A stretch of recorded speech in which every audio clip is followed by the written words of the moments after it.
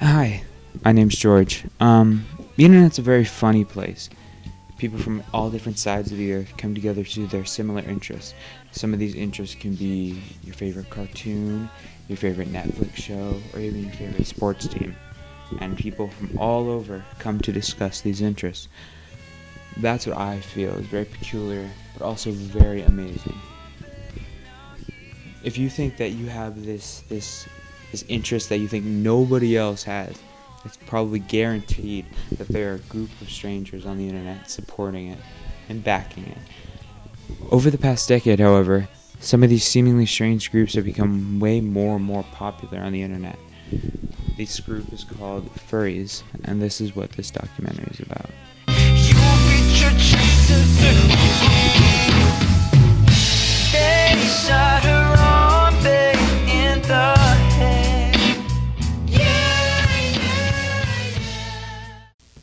But what is the definition of a furry? Google describes it as an enthusiast for animal characters with human characteristics. In particular, a person who dresses up in costume, such a character, or uses one as an avatar online. What does it mean to be a furry to you? Well, really, to me personally, I think it kind of doesn't have a meaning. And I know that sounds weird, because it's like, oh, well, everything has to have a meaning. No, it kind of just, it means, obviously in the most basic sense, it means you're a member of the community. But it really doesn't have a meaning. All it means to me is I'm a member of the community, and I like anthropomorphic animals. That's really it. It's honestly quite simple, in my opinion. And anyone that really, I don't get the people that assign it a deeper meaning. It's not, I don't think it has a deeper meaning. I mean, if you think it has a deeper meaning, that's fine. You go with that. You run with it. I mean, I'm not going to stop you. But me, myself, I don't think it does. I don't really get the people that think it does either. It's just, it's basic. It means, yeah, you like this thing. Yeah. With anything. It's like, what does it mean to be human? Well, you're a member of the human race. The only real qualifying factors of being a furry are an interest in anthropomorphic animals and the desire to call yourself a furry. Similarly to how a person can, for example, enjoy watching Star Trek but not consider themselves a Trekkie, being a furry is very much self-defined. It's our appreciation of animal characters that brings us together, but every person expresses being a furry and navigates the fandom in a different way. It means different things to different people. Now that I just found out what it meant to be a furry, I wanted to also know, why did they choose this lifestyle? Why did they choose this culture? Some people can point to a specific event in their life or a particular movie or book or anything like that that sparked an interest in furries. But in my case, it was a love of animals that I've had ever since I can remember. As a child, I was a voracious reader and I devoured every book about animals, fiction and non-fiction, that I could get my hands on. We always had pets in the home. Animals were a big part of my life. I loved Disney movies, and, my favorite films and cartoons growing up were those that starred animal characters instead of humans. As I got older and started spending more time on the internet, I discovered the term furry when I was looking at fan art of The Lion King, which is my favorite movie. I started looking into it a little bit more, and from then on, I began to follow the fandom quietly and was a furry in all but name for at least a decade. Despite my interest in the art, costumes, and creativity of the community, I was hesitant to openly associate myself with the furry label because I wanted to avoid possible negative reactions from the people in my life. I didn't start identifying as a furry until college, where I had a very long conversation with an active member of my local furry community who convinced me that public opinions of furries had changed and it's, really nothing to be ashamed of or worry about. The tipping point occurred soon after that, when I started dating someone who also happened to be a furry. He pointed out that I was already in up to my neck and I should just go ahead and make a fursona already. So I did so, and I consider that to be when I became a furry. Really, I've always been interested in Disney movies. I know that sounds weird.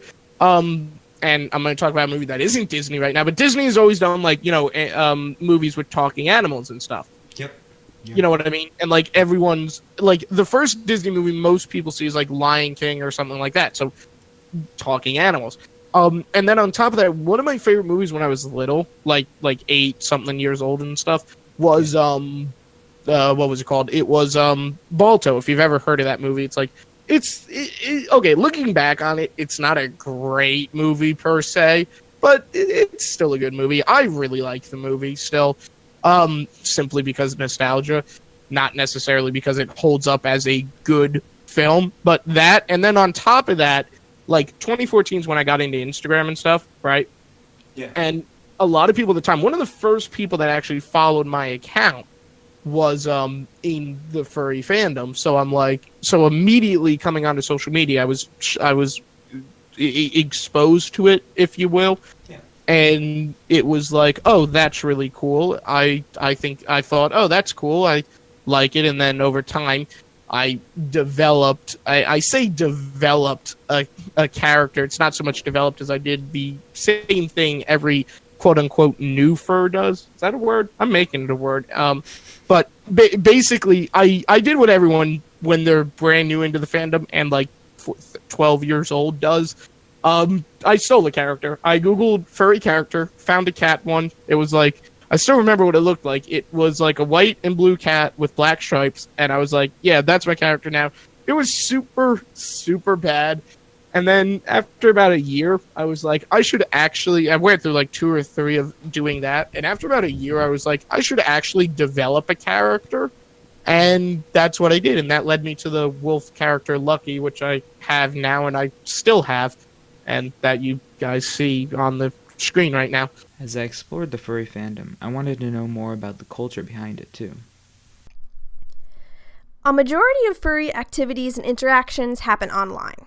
Furries love chatting with each other and making friends in the community, which can happen on social media, forums, through messengers, or on furry-specific websites, of which there are quite a few.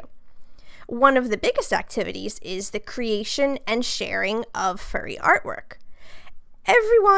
Almost everyone in the furry fandom has a fursona, which is essentially the face that you use when interacting with other furries.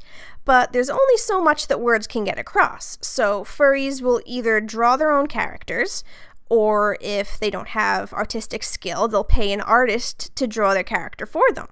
There's a huge market for custom art of furry characters, and it can be a pretty lucrative business for artists. In addition to chatting online, furries like to meet up in person, and one of the best places to do this is at furry conventions. There are hundreds of furry conventions held in cities all around the world, and more are being founded every day.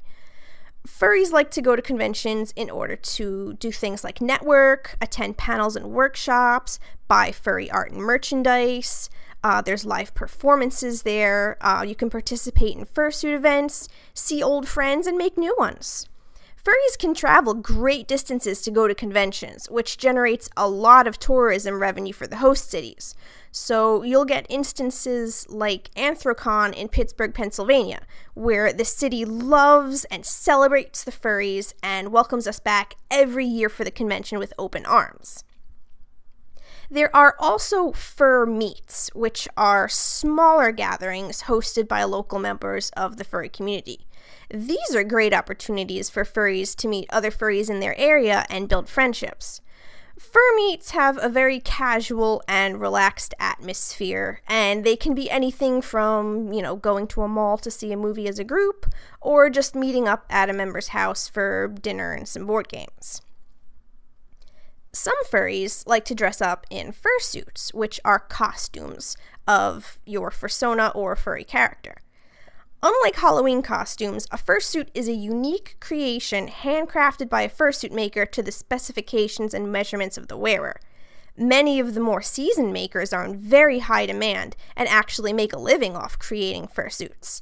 There's a lot of time and effort that goes into building a fursuit, and depending on the features, they can cost anywhere from several hundred to a few $1,000s. So a majority of furries don't own one. The cost is very prohibitive.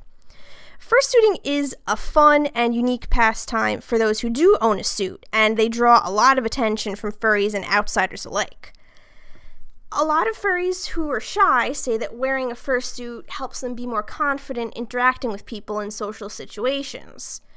If they're putting on the persona of a character, they might find it's easier to act like another character in order to be more outgoing.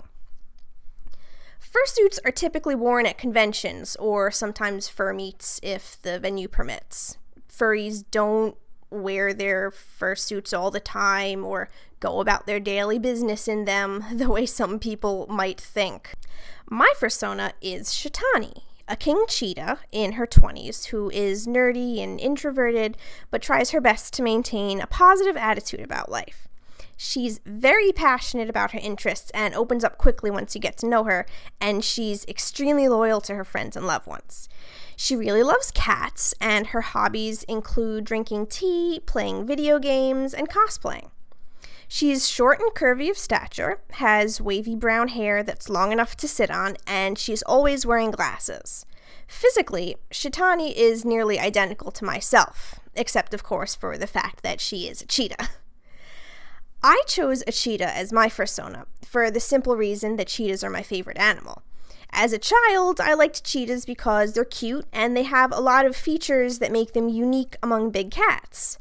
Most people know them as being the fastest land mammals on Earth, but they're also the only large felines with non-retractile claws, and they're the only big cats that can purr but cannot roar. As I matured, I found myself identifying a lot with cheetahs on a more personal level. For example, cheetahs are actually prone to anxiety and avoid conflict as much as possible. They run themselves to exhaustion on a daily basis and have a very high rate of failure when hunting. Due to their small stature, they're often taken advantage of by other predators. And as someone who's gone through some hardships and tough times in my life, I found myself relating more to the struggles that cheetahs face on a daily basis. That may sound like a lot of downers, but when I entered the furry community, I found some other people with cheetah fursonas who identified with them in the same way that I do, which makes me feel better about myself and gives me more of a sense of camaraderie. When I asked the furries about how they were treated from people outside of the fan base, some of them were negative. Some of the stuff I've seen personally is people have been like, "Oh, kill yourself, you're a furry," and I'm like, why? And some were positive. In fact, my hobby has actually improved my life in many ways. My current partner and almost all of my close friends are furries themselves, and I wouldn't have met them had it not been for our shared interest. I was inspired by some other furries on YouTube to start making YouTube videos in the character of Shetani, where I share advice and talk about different aspects of the furry fandom and show off some of the things I'm interested in. Through this, I've improved my public speaking skills and boosted my self-confidence, and also while putting together my videos, I learned some about filmography, video editing, and things like that. I've traveled to so many wonderful places and tried new things and met some really great people through the furry fandom. During the research and interviews of this project, I've realized that furries are just like us, and they should be treated as such. Just because their interests and hobbies are weird and bizarre doesn't mean they should be ridiculed and told to go kill themselves. I feel like they're, as said before, just like the human race. They should be respected, just like you would want to be respected for your personal interests.